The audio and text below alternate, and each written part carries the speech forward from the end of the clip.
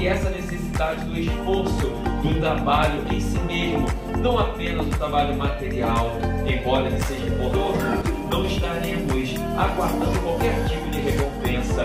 Normalmente, quando se trabalha, se espera algum tipo de pagamento, de ganho material. Temos como retorno esse bem servir. É um amadurecimento que aos poucos a humanidade terá. Era seu pai, não era um estranho. Ele pegou, mas ao mesmo tempo que aquilo poderia parecer uma humilhação, ele percebeu que nunca ninguém havia levado para a Espanha, para a Grécia, para regiões aonde ninguém nunca havia escutado falar de Jesus. Então vemos que a felicidade é uma condição interior. É um trabalho que se faz para se não cuidar, obviamente, essa brecha. Mas aí ele falava, a primeira coisa que ficou nas páginas do livro tem. A segunda, a sabedoria, tem a experiência de vida. Quantas e quantas coisas podem ser realizadas. Bom, da paz a todos.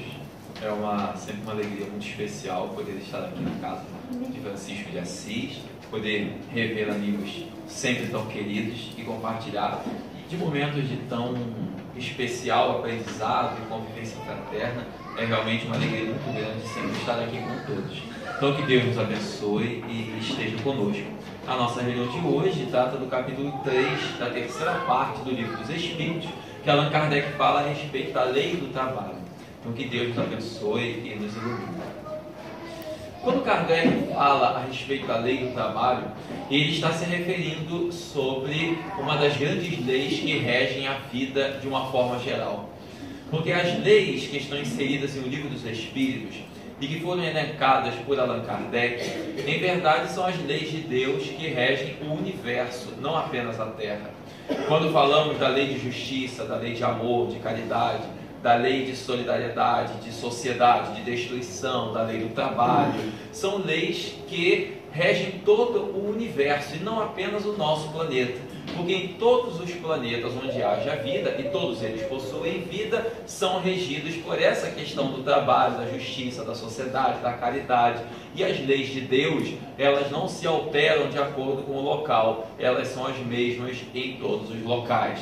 O que modifica de lugar para lugar é a evolução humana. De acordo com a situação e com o local, a evolução do ser humano se demonstra ou mais avançada ou um pouco mais na retaguarda. Mas as leis de Deus a reger a vida são sempre as mesmas em todos os locais. Aliás, Deus mostra a sua grandeza exatamente pela continuidade da sua lei e não pela modificação delas. E feito isto, Kardec então elencou essas leis que regem a vida, que lhe foram trazidas pelos Espíritos, e analisou cada uma delas, devido à importância que elas possuem e a sua compreensão possui para que possamos ter verdadeiramente uma vida na Terra, saudável, bem vivida, valorizando os momentos que nos estão disponíveis. E dentre elas, uma das mais importantes, e que está nesse capítulo número 3, da terceira parte, é exatamente a lei do trabalho. Kardec inicia perguntando aos espíritos se o trabalho pode ser considerado uma lei da natureza. Alguns espíritos lhe respondem que sim, que o trabalho é uma necessidade humana, e exatamente por conta disso é que ele é uma lei da natureza, por ser uma necessidade. E Kardec então, após essa resposta, na qual os espíritos colocam o trabalho como uma lei, ele então volta a uma outra pergunta e indaga aos espíritos: mas seria considerado o trabalho apenas o trabalho material, o nosso ganha-pão de todos os dias? Ao que os espíritos respondem: não. Toda ocupação útil é trabalho, independente de ser ela material, de ser moral ou de ser espiritual. Mas todo esforço, ele é considerado o trabalho. Se nós olharmos para a vida, para a nossa história, para as reflexões que porventura venhamos a fazer a nível religioso, ou científico, ou social, em qualquer ângulo que venhamos a observar a vida humana, vamos ver que não apenas a vida humana, mas também a natureza como um todo, vamos ver como que a lei do trabalho está realmente vigente e presente em todos os ângulos que venhamos a observar. Quando nós olhamos para a nossa história, quando olhamos para o cristianismo antigo, quando olhamos para a tradição, das ciências, para a filosofia, para as religiões, nós vamos ver que tudo o que se realiza na Terra está dentro dessa proposta do trabalho e que sem o trabalho absolutamente nada consegue ser realizado. Se olharmos para os primórdios, por exemplo, da nossa tradição bíblica, nós vamos ver que diz a tradição do Gênesis, o primeiro livro bíblico, que Deus teria criado a terra, a vida, nos 6 primeiros dias da criação. E mais tarde, naturalmente, esses 6 dias da criação, que são simbólicos, porque foram grandes períodos de estruturação do planeta, mas nós vamos ver mais tarde nas palavras de Jesus, quando o Mestre disse aos apóstolos: o meu Pai, referindo-se a Deus, o meu Pai até hoje trabalha e eu trabalho também. Demonstrando então para os cristãos e para todos nós que viríamos depois, que Deus até hoje está trabalhando. Por conta dele ser o ser supremo do universo, o Pai de todos nós, ele trabalha. E ele, o Mestre Jesus, que era o Filho dileto de Deus que veio à Terra, esse Espírito puro que veio habitar entre nós para ser o nosso Senhor, ele também até hoje está trabalhando. Então, se Deus, em sua infinita misericórdia, e se Jesus, nosso Mestre e Senhor, trabalham até hoje, quem somos nós para fugir, para nos evadir das responsabilidades do trabalho? Quando nós olhamos então, além de Jesus, nós olhamos para toda a nossa história, os grandes pensadores, religiosos e trabalhadores de todos os tempos, nós vamos ver que essa necessidade do esforço, do trabalho em si mesmo, não apenas o trabalho material, embora ele seja importante, mas também o trabalho moral, o trabalho espiritual, o trabalho no seu campo de sentimento, tudo aquilo que se faz a nível de utilidade, todo esforço em construção torna-se uma realização a nível de trabalho. Quando observamos então, olhando para as civilizações antigas, e vemos como que desde o princípio a humanidade investia e sentia essa necessidade, desde as mais antigas construções a nível material até as mais belas realizações a nível moral, vemos o esforço que o ser humano empreende desde cedo, desde que o ser humano pisou na Terra a primeira vez, há cerca de 1 bilhão de anos, de acordo com a ciência, embora esses dados são muito variados, mas teria surgido a vida humana nesse período, e no entanto a vida humana, desde que surgiu na Terra, sempre foi envolvida na proposta do trabalho. Se recuarmos às mais remotas civilizações da humanidade, vamos ver como que era o esforço, desde os seres mais simples, os escravos, aquelas almas mais ainda primitivas na evolução, os homens das cavernas, eram eles que, embora na época a falta do conhecimento, a falta do avanço intelectual que hoje nós temos, mas vamos ver que eram eles que no seu esforço conseguiam construir para a realização das civilizações. Quando nós olhamos no Egito e vemos as pirâmides que marcaram tanto a história da humanidade, que estão ali como um certo enigma, porque até hoje não se sabe detalhadamente como se construíram, como se fizeram as pirâmides, e no entanto sabe-se que inúmeros trabalhadores, escravos com certeza, foi que deram a sua vida para que grandes monumentos fossem erguidos. Quando os sábios da Grécia Antiga elencaram as chamadas 7 maravilhas do mundo antigo, todos nós já ouvimos falar das 7 maravilhas do mundo antigo: as pirâmides do Egito, o farol de Alexandria, os jardins suspensos da Babilônia, aquelas construções que no passado, antes de Cristo, foram consideradas monumentos de espantar por conta da grandeza da construção, da sabedoria, da engenharia que foi utilizada para se erguer em um período ainda de tantas dificuldades e de pouco avanço a nível científico. Eles conseguiram erguer maravilhas, então foram consideradas as 7 maravilhas do mundo antigo, fruto exatamente desse trabalho, desse esforço constante na seara da construção daquilo que é útil. Mas não é apenas o trabalho material, também o trabalho moral. Quando olhamos para Jesus e vemos que o esforço que foi feito pelo Mestre em toda a sua vida, vemos que cada palavra e cada ato seu marcaram de forma constante e indefinida à humanidade. Não apenas o trabalho material, mas a mensagem que era trazida, que entra no campo do trabalho moral. Jesus foi um carpinteiro, juntamente com o seu pai na sua infância, ajudando José na carpintaria, e mais tarde a sua colaboração a nível moral para a humanidade, os ensinamentos, as parábolas, os seus feitos inesquecíveis, tudo isso demonstrou a grandeza da sabedoria, da excelência do Espírito do Senhor, e ao mesmo tempo presente nele essa proposta do trabalho como uma lei da natureza, dessa necessidade que todos nós temos de trabalhar, porque o trabalho não é uma opção, é uma necessidade. Sem o trabalho o ser humano perde o sentido de viver. Sem o trabalho o ser humano deixa de ter essa alegria de estar na terra, de construir, de realizar para o bem, de fazer com que as nossas horas possam verdadeiramente ser úteis, ser construtivas.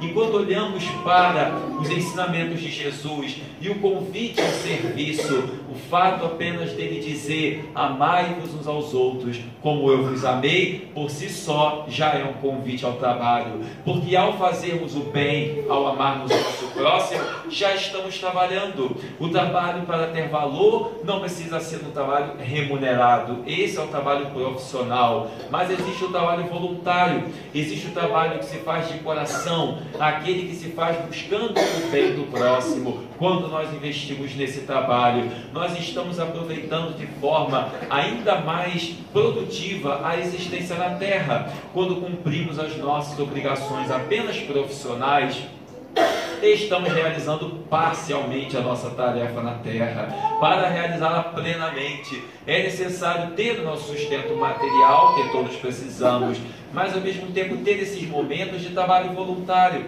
esses momentos da prática do bem, essas ocasiões em que tiramos do nosso tempo para servir, sem retorno material, quando fazemos de coração para ajudar as pessoas, e é um trabalho ainda mais abençoado por Deus, porque não estaremos esperando retorno, não estaremos aguardando qualquer tipo de recompensa. Normalmente, quando se trabalha, se espera algum tipo de pagamento, se espera algum tipo de gratificação por aquilo que estamos realizando, o salário que se dá ao servidor pelo seu trabalho. Mas no trabalho do bem com Jesus não existe pagamento, não existe salário. Esse trabalho é tão abençoado que o nosso pagamento é a alegria de servir, é o prazer de fazer o bem sem esperar qualquer tipo de recompensa. Essa é a verdadeira grandeza do trabalho com Jesus. Então nós temos o nosso trabalho profissional, afinal de contas precisamos dele, e temos também os nossos outros momentos,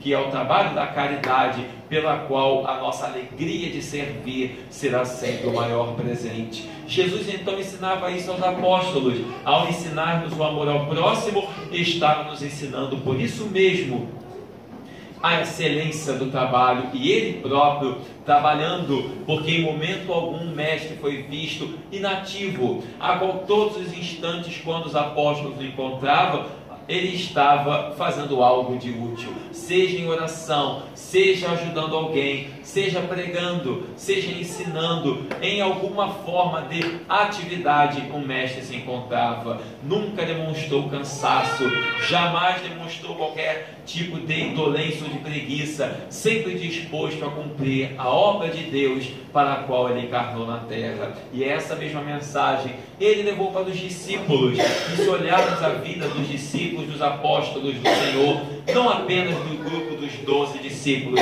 mas de todos aqueles que serviram a Jesus, nós vamos ver como que eles verdadeiramente incorporaram aquilo que o mestre lhes deixou. Quando olhamos para a vida de Simão Pedro, por exemplo, Simão Pedro foi um pescador, um homem do povo como qualquer um de nós, e serviu a Jesus de forma tão intensa, sem deixar de ter o seu ganho profissional, o seu ganho pessoal para viver, e serviu a Jesus da forma mais bela que se possa imaginar, até mais tarde, mesmo depois que o mestre foi crucificado, ele então continuou o seu trabalho de pregação, até ele próprio mais tarde ser preso e ser condenado à crucificação, por ser um pregador do Evangelho. Na época, aqueles que serviam a Jesus eram perseguidos pela proibição que se tinha da religião cristã.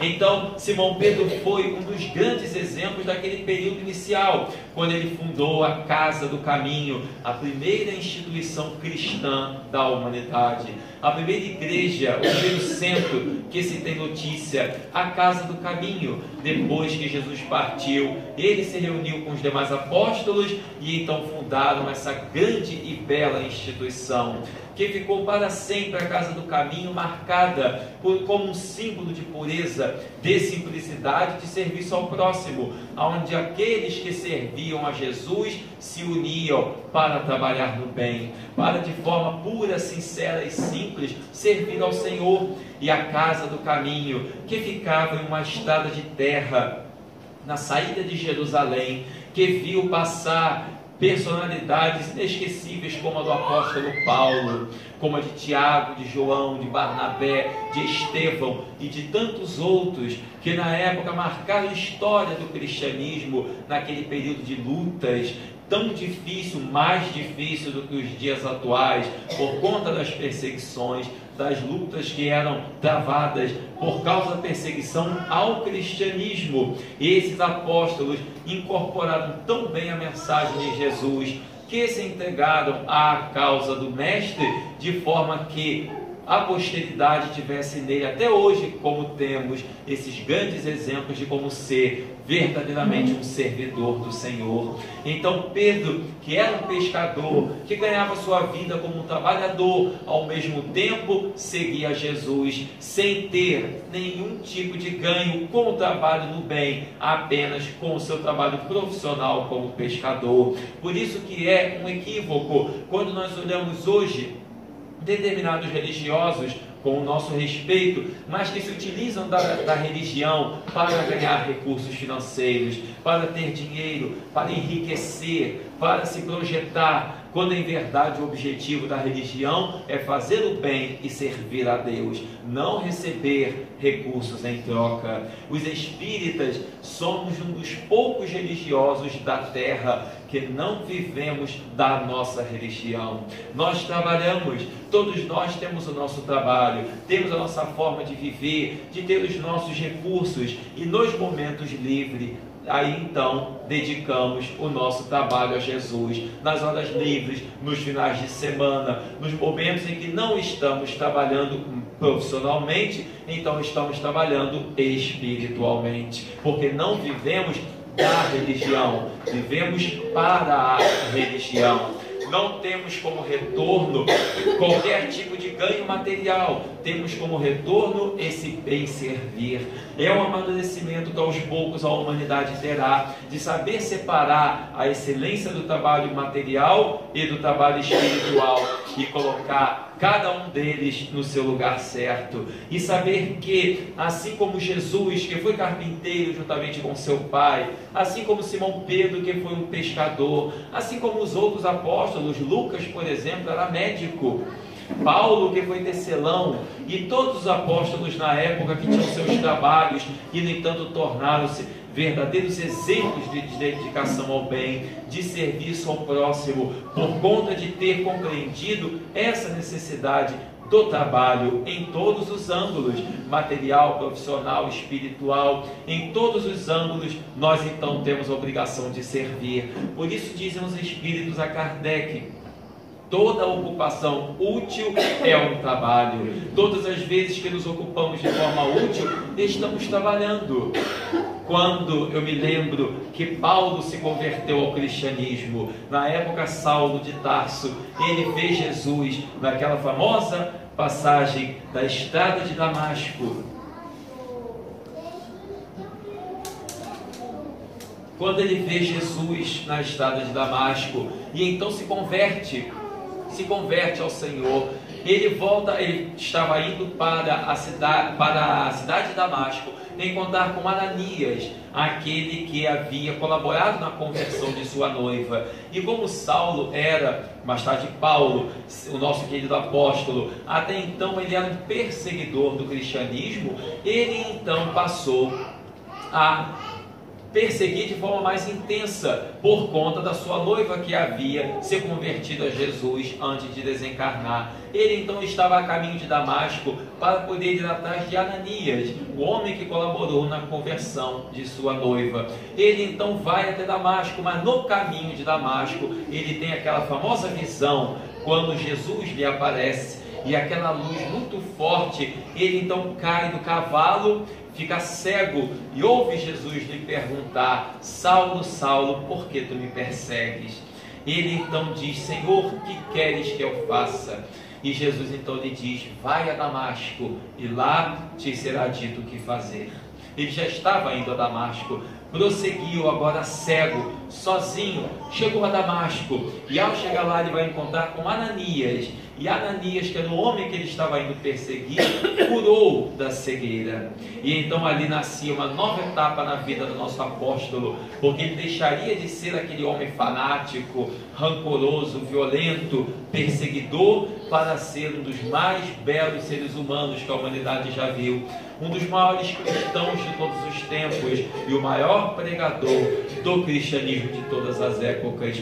Ele volta, sai de Damasco e vem para a sua cidade natal. Ele vai para Tarso. Quando chega em Tarso, vai até a sua família, onde morava seu pai. E quando chega na sua família agora e conta para seu pai que se converteu ao cristianismo, que estava desejoso agora de viver Jesus, então seu pai tem uma reação abrupta pelo fanatismo que tomava conta da família e não aceita que ele então se convertesse ao cristianismo e tenta lhe argumentar que ele mudasse de ideia, mas Paulo estava irredutível, não aceitava voltar atrás, e então o pai lhe falou a respeito dos valores que lhe foram ensinados, os valores do trabalho, e Paulo tentando lhe demonstrar que o serviço do bem era ainda mais importante, que o trabalho naturalmente permaneceria e que a conversão a Jesus não mudaria nada. E no entanto seu pai, que não aceitava o cristianismo, obviamente continuou a debater, continuou a se impor, até o momento que o pai lhe exigiu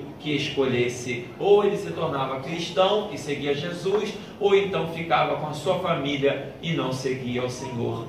E então ele ficou naquele pensamento, não queria dessa forma, ele queria estar com a família e juntamente com Jesus, obviamente, mas não tinha essa possibilidade. Tentou conversar com o pai e o pai então lhe impôs essa escolha: ou ele ou nós, referindo-se a Jesus e a sua família. Já que era uma imposição, então ele não tinha como duvidar. Ele então abaixou a cabeça e diz Emmanuel, no livro Paulo e Estevão, de forma belíssima, que Paulo então começa a sair de casa. Ele então sai da casa onde morava. Seu pai, entristecido, mas ao mesmo tempo o orgulho não poderia ceder, olhou o filho caminhando, chamou o filho de volta.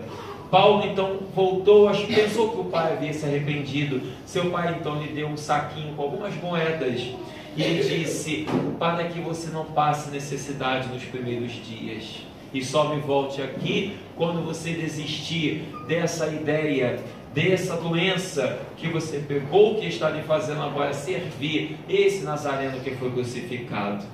Ele então pegou aquele saquinho de moedas, era seu pai, não era um estranho.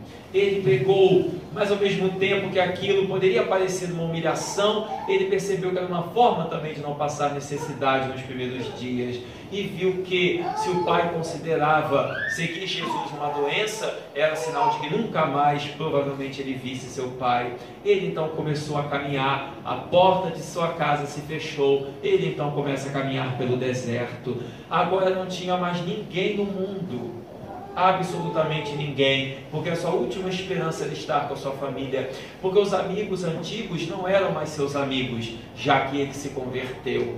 Os cristãos, a princípio, não acreditariam nele, porque ele perseguia os cristãos até ontem.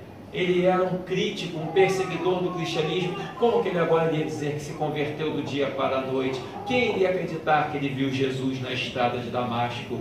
E além disso, sua família lhe fechou as portas. Ele então agora não tinha mais ninguém no mundo. Ele sai para caminhar no deserto de Tarso, tem como teto as estrelas do céu, caminha mais um pouco para debaixo de uma árvore e então começa a chorar, e toda a sua vida começa a passar como um filme na sua memória. Ele, no auge da sua juventude, em torno dos 30 a 32 anos, no auge da sua força física, dos seus ideais, agora ali solitário diante das estrelas, ele então começa a orar, as lágrimas começam a cair no rosto do apóstolo, e então lhe aparecem dois seres espirituais que haviam marcado muito a sua vida e continuariam marcando daquele dia em diante, no meio daquele deserto. Quando nós pensamos que estamos a sós, sempre estamos acompanhados. Nenhum de nós nunca está sozinho. Talvez os nossos olhos não sejam capazes de contemplar, mas os nossos benfeitores queridos estão sempre à nossa volta.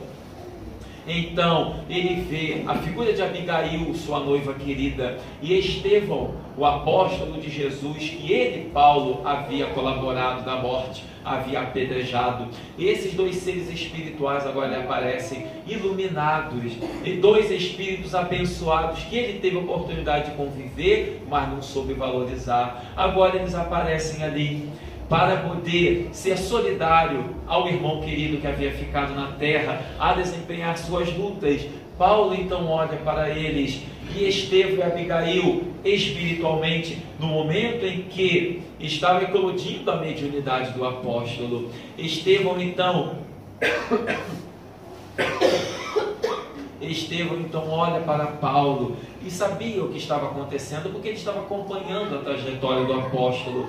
Paulo olhou para ele e tentou balbuciar algumas palavras, e Estevão lhe disse que agora começava uma nova fase da sua vida, que Jesus o escolheu, e Emmanuel, na sua sabedoria, dirá através de Chico Xavier, que Paulo era o vaso escolhido por Deus. Estevão lhe disse: Jesus te escolheu para ser o porta-voz da sua mensagem, Paulo. Você então envidará os seus esforços para poder levar a mensagem do Senhor. E Paulo olha para Estevão, o Espírito, e lhe diz: mas eu quero exatamente isso. Eu quero sair pelo mundo para levar a mensagem e recuperar o tempo que infelizmente eu deixei perder. E Estevão lhe disse: tem paciência que no momento certo você será cada vez mais levado a servir. E Paulo lhe disse: eu preciso recuperar o tempo que... Alô? Alô? Alô?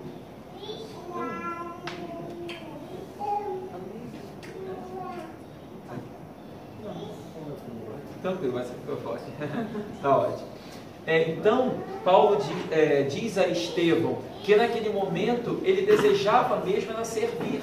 Ele desejava trabalhar cada vez mais no bem e desejava colaborar com a mensagem de Jesus, da qual ele naquele momento seria, na palavra de Estevão, o convite para o serviço que ele estava sendo levado pelo Senhor. E Estevão lhe disse exatamente isso. Alô? Tem alguma implicância comigo nesse microfone? Em outros lugares também, não é só aqui não. Eles não gostam muito de mim. E Estevão lhe disse: trabalha e espera, mas trabalha sempre, que gradualmente você colaborará cada vez mais. E ele, que já era um trabalhador por natureza, incorporou a mensagem do trabalho que Estevão lhe passava, e então a partir daquele dia se tornaria o maior pregador do cristianismo de todos os tempos, porque ele andará por lugares que nunca os apóstolos haviam andado. Ele foi naquela época, 2000 anos atrás, que não havia as facilidades de locomoção e de transporte que nós temos hoje. Eles andavam a pé, quando muito em animais, montados em animais, mas na maioria das vezes a pé, e caminhavam quilômetros e quilômetros. E Paulo teve a coragem de levar o cristianismo para onde nunca ninguém havia levado, para a Espanha, para a Grécia, para regiões aonde ninguém nunca havia escutado falar de Jesus. Ele esteve presente e fundando igrejas, criando instituições, criando grupos de evangelho, levando a mensagem de Jesus. Foi o primeiro a trazer o cristianismo para a região do Ocidente, que é a região que nós nos encontramos. então incorporou de tal forma essa mensagem de ser um trabalhador verdadeiro do Evangelho, aquele que até o momento havia sido um trabalhador no sentido material, um artesão, um tecelão, um doutor da lei, um intelectual, doutor do sinédrio, agora se tornou um trabalhador para Deus, fazendo todo o bem que estava ao seu alcance. Então são os exemplos sublimes, até mais tarde, quando ele entregou a sua vida, foi preso, foi condenado à morte e teve a cabeça decepada, decapitado por conta de ser cristão, que na época era proibido seguir Jesus. Ele então entrega a sua alma a Deus e deixou-nos esse exemplo sublime do que é verdadeiramente ser um trabalhador de Jesus. Nós que estamos reencarnados temos então esse privilégio, embora não existam privilégios nas leis de Deus, mas essa honra de estarmos na Terra nesse momento tão importante do nosso planeta, nesse momento de tantas transformações, que se completam 2000 anos da vinda de Jesus, de tantas mudanças, de uma transição tão forte de valores. Estarmos reencarnados na Terra é uma honra e um privilégio muito especiais para todos nós, e aproveitar este momento, esta estada no mundo, só há uma forma de aproveitar bem, é através do trabalho, é trabalhar incansavelmente, incondicionalmente. Claro que teremos nossos momentos de lazer, nossos momentos de descanso, que são importantes, mas acima de tudo está dispostos a servir. Os Espíritos dizem a Kardec, e Kardec lhes fala sobre essa necessidade, quando fala da questão do repouso, que o repouso também está embutido na lei do trabalho. No mesmo capítulo, o codificador se refere: o repouso faz parte da lei do trabalho, apenas o mais importante é o trabalho, mas o repouso naturalmente ele tem que existir, até mesmo para refazimento das nossas forças físicas. O repouso tem que estar presente para esse fortalecimento, mas que acima de tudo possamos estar dispostos a trabalhar, que seja o repouso então nesses momentos de refazimento, mas que a essência da nossa vida seja o trabalho, não seja uma vida na qual seja repleta de indolência, do descaso. Quando nós vemos muitos companheiros que, ao invés de usar as oportunidades que a vida lhe dá para construir no bem e realizar coisas boas, estão apáticos, estão vendo a vida passar,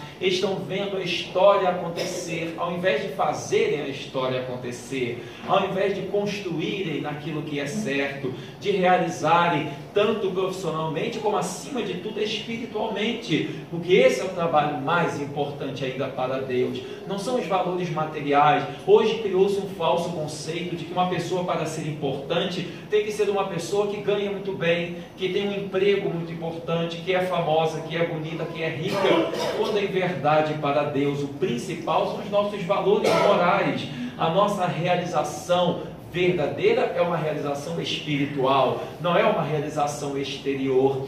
Assim como a felicidade não está ligada a condições externas. Nós podemos ter uma pessoa muito simples e muito pobre que seja extremamente feliz, extremamente alegre e tranquila, e podemos ter uma pessoa muito rica que mora em uma mansão de luxo e está vivendo um tormento astral, um inferno astral emocional, mergulhado na solidão, na tristeza, na depressão, como hoje nós vemos muitos companheiros que têm condições, como vemos na mídia, que são pessoas projetadas para a sociedade, na fama, no sucesso, mergulhadas na solidão, no abandono, na tristeza, na depressão, e outros que têm inúmeras dificuldades, no entanto são pessoas felizes, porque encontram no prazer de trabalhar a alegria de viver, que encontram no prazer de servir essa alegria, encontram na simplicidade esse sentido para viver, porque muitas vezes o ser humano valoriza aquilo que ele não tem e deixa de valorizar aquilo que possui.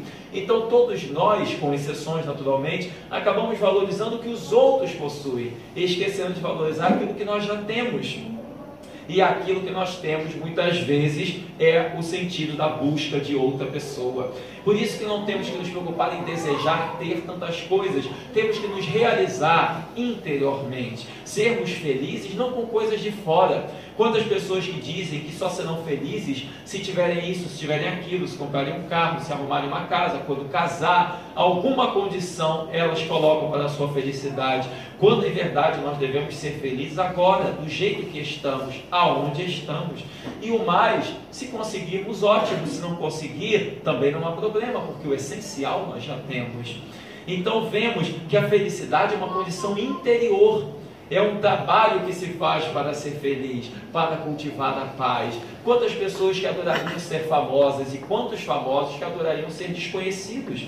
Eu li uma vez uma entrevista, infelizmente me esqueci o nome, mas de uma atriz famosa dos Estados Unidos, faz alguns anos que eu li essa entrevista, e o repórter perguntou o que a senhora mais desejaria nesse momento.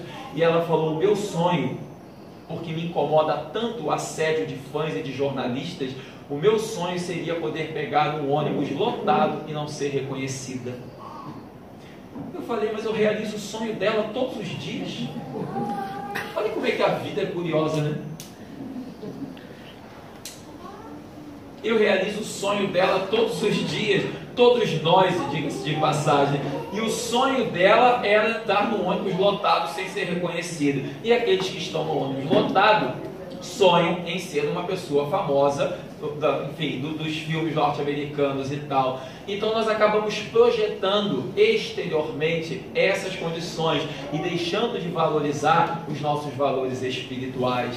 Então, trabalhar verdadeiramente e encontrar nele o sentido para viver. Quando olhamos os problemas hoje sociais, emocionais, os problemas de realização interior, quando olhamos a ansiedade, a depressão, a solidão, a melancolia, a tristeza, que são problemas que existem hoje em muitas pessoas, boa parte deles, não é só por causa disso, mas boa parte é falta de realização nesse campo do trabalho no bem. Porque se a criatura dedicasse os seus minutos para servir, ela encontraria a sua alegria de viver. Muitas pessoas vivem mergulhadas e entristecidas nos seus próprios problemas, mas porque não conhecem os problemas dos outros. A partir do momento em que vê os problemas das mais pessoas, conhecer pessoas que sofrem mais do que elas então serão mais felizes, mas não o conhecem. Eu conversava recentemente num centro que tive a oportunidade de ir, uma moça que tinha muitos problemas depressivos,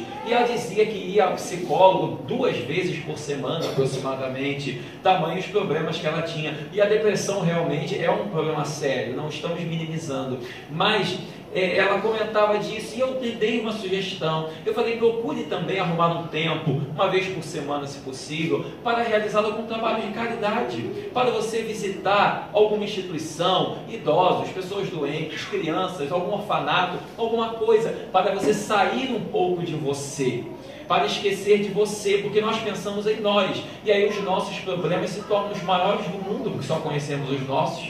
A partir do momento em que esquecemos de nós mesmos para pensar no outro, então nos realizamos mais. Nos realizamos porque fazemos a felicidade do próximo, e fazendo a felicidade dele, nós também ficamos felizes, e então nos engrandecemos espiritualmente. Por isso que muitas pessoas que estão mergulhadas nesses conflitos, um trabalho de caridade seria um santo remédio. Não é que seja apenas isso, claro que há situações que a pessoa precisa de remédios, há distúrbios na produção de serotonina, de certas substâncias que controlam a nossa afetividade, que muitas vezes precisam de acompanhamento médico, mas boa parte dos nossos conflitos são solucionados com o trabalho do bem. Então temos que trabalhar e não deixar que a preguiça ou a indolência tomem conta das nossas vidas. E muitas vezes nessas pequenas coisas, nas pequenas coisas que nos enriquecem mais, é que muitas vezes está presente. E temos preguiça muitas vezes para as coisas mais valiosas da vida. Temos preguiça muitas vezes de realizar um trabalho do bem. Temos preguiça muitas vezes de ler. Outro dia um companheiro lá na nossa casa, lá no Luz e Verdade, disse que toda vez que ele pegava um livro para ler, ele dormia, sentia sono. O que poderia ser? Aí ele falou, às vezes eu acho que é preguiça minha. Imagina, né? Enfim. Aí ele falou assim, falei que não gosta de mim? Aí ele falou assim, será que é preguiça minha? Eu falei, não, preguiça não deve ser, mas provavelmente seja Provavelmente seja falta de hábito.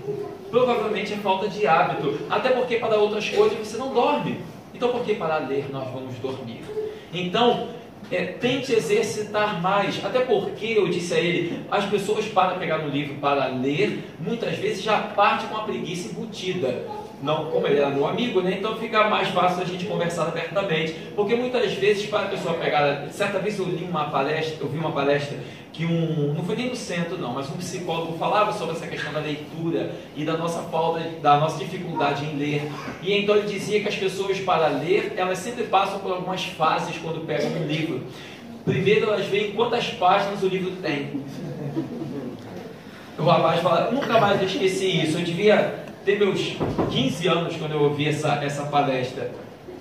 O que tem uns 5 anos mais ou menos que aconteceu.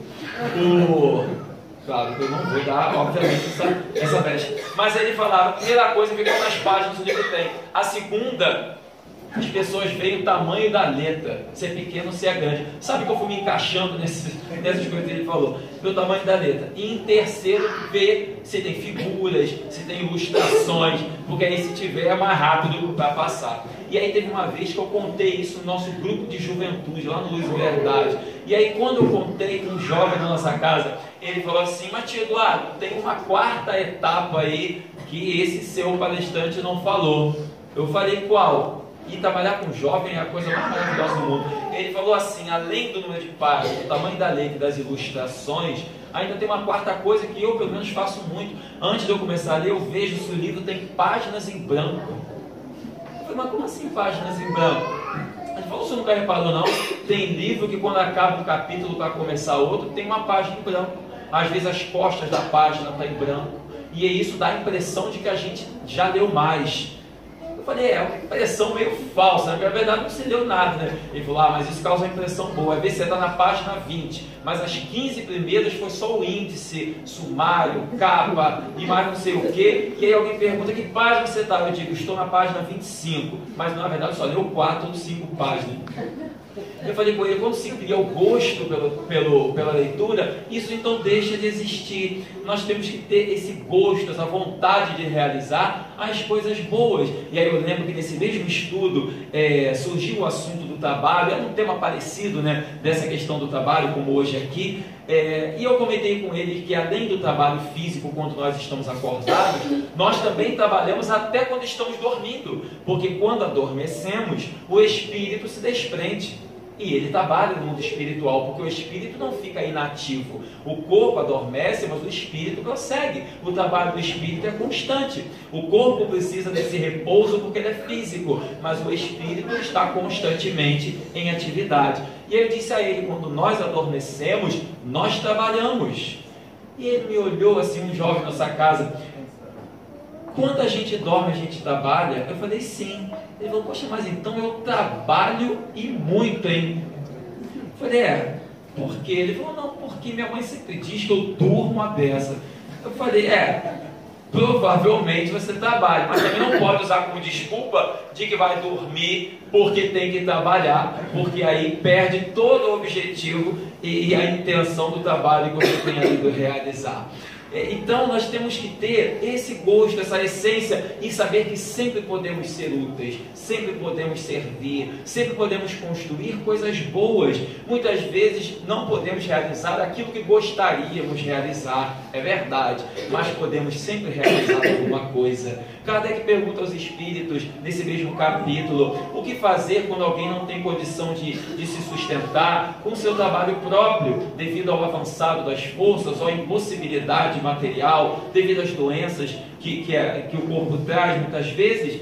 O que fazer? E ele diz, a sociedade deve fazer às vezes deste. Outros trabalham para ajudar no sustento daquele um, mas nunca nós estamos condenados a ser totalmente inativos. Sempre há possibilidade de servir, sempre há condição de trabalhar e de construir coisas boas. Sempre temos essa possibilidade de fazer com que a nossa vida seja repleta de boas realizações, porque isso é que constrói, isso é que dá sentido verdadeiramente à vida, essas boas realizações. Talvez não podemos, quando estamos numa idade mais avançada, talvez não possamos realizar aquilo que realizávamos quando éramos mais jovens, mas sempre podemos realizar algumas coisas. Talvez não podemos pegar peso como pegávamos na juventude, mas podemos ajudar pela palavra, pelo conselho, por algo mais simples, pela oração. Quantas e quantas coisas boas que podemos fazer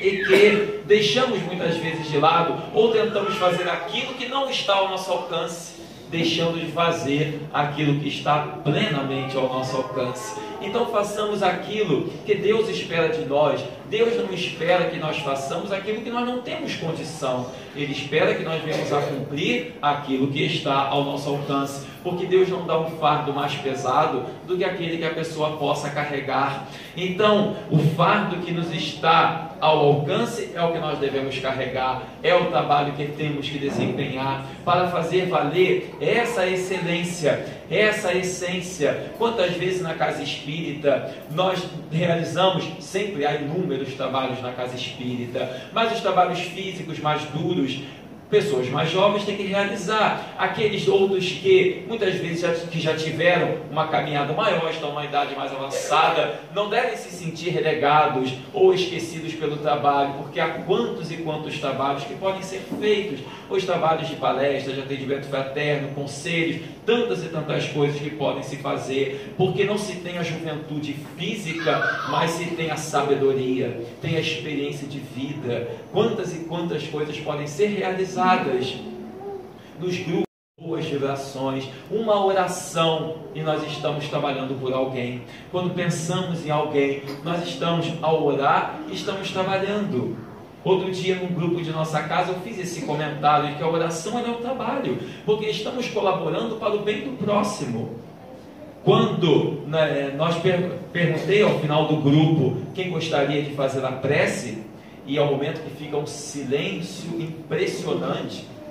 Não sei se aqui isso acontece, mas lá acontece, aqui também, né? Então eu pensei que fosse só lá. Mas quem quer fazer a prece, aí fica aquele silêncio grande. E aí um companheiro do nosso grupo, ele já fez uma brincadeira, ele falou: pessoal, pode fazer a prece, ninguém nunca morreu orando não. E aí, para surpresa geral, uma senhora que estava presente falou: o meu avô morreu orando. Aí todo mundo olhou para ela: mas como assim? Ele falou: ele já era bem idoso, estava um dia na igreja, se ajoelhou para orar e ficou tanto tempo ali que o padre resolveu falar com ele. Quando o padre chamou, estava morto. Eu falei: mas que coisa curiosa, é o melhor tipo de morte que um ser humano pode ter, é em estado de oração. Mas enfim, eu não sei se isso colaborou para as pessoas orarem mais ou para não orar no final do estudo. Mas enfim, acabou que alguém acabou fazendo a prece ali no final. Mas é um trabalho, toda ocupação útil, voltando para o livro dos Espíritos, é um trabalho. Então trabalhar é uma necessidade. Os animais trabalham.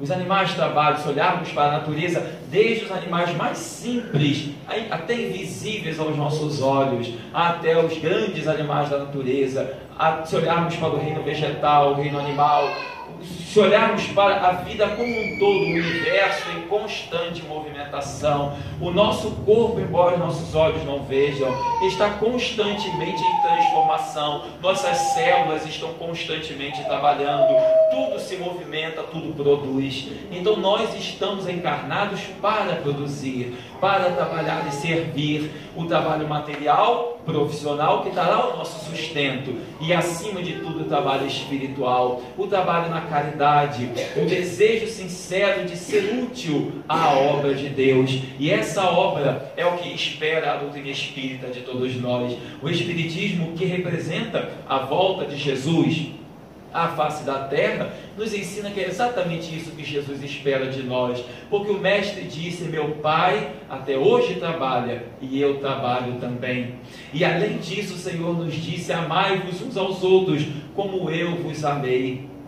Ide, pregai que eu seguirei convosco. E esse ensinamento, demonstrando que Deus trabalha e que Ele trabalha até hoje, é uma demonstração de que nós temos o dever de trabalhar, e que quando Ele nos disse amai-vos uns aos outros como eu vos amei, era um estímulo ao trabalho, porque o amor ao próximo é a mais bela forma de trabalhar que existe na terra. Essa é a excelência então do trabalho com Jesus, de sermos produtivos, dá sentido para as nossas vidas, dá sentido para as nossas existências. Encontramos a felicidade e o prazer na excelência de servir e de construir coisas boas. É o que Jesus espera de nós, é o que Deus espera de nós, como espíritas e como cristãos, porque ser espírita e ser cristão é a mesma coisa, pois todos aqueles que praticam a caridade são discípulos de Jesus, independente da religião a que pertençam. Está no Evangelho segundo o Espiritismo, capítulo 15. Então o trabalho é esse convite constante ao serviço, ao bem servir ao nosso próximo, ao levar felicidade e paz. E essa excelência de se levar felicidade e paz para as pessoas trará felicidade e paz para nós mesmos, e estaremos colaborando na construção de um mundo melhor. Então que Deus nos abençoe, nos dê muita paz, e eu agradeço a todos pela atenção e pelo carinho. Fiquemos com Deus.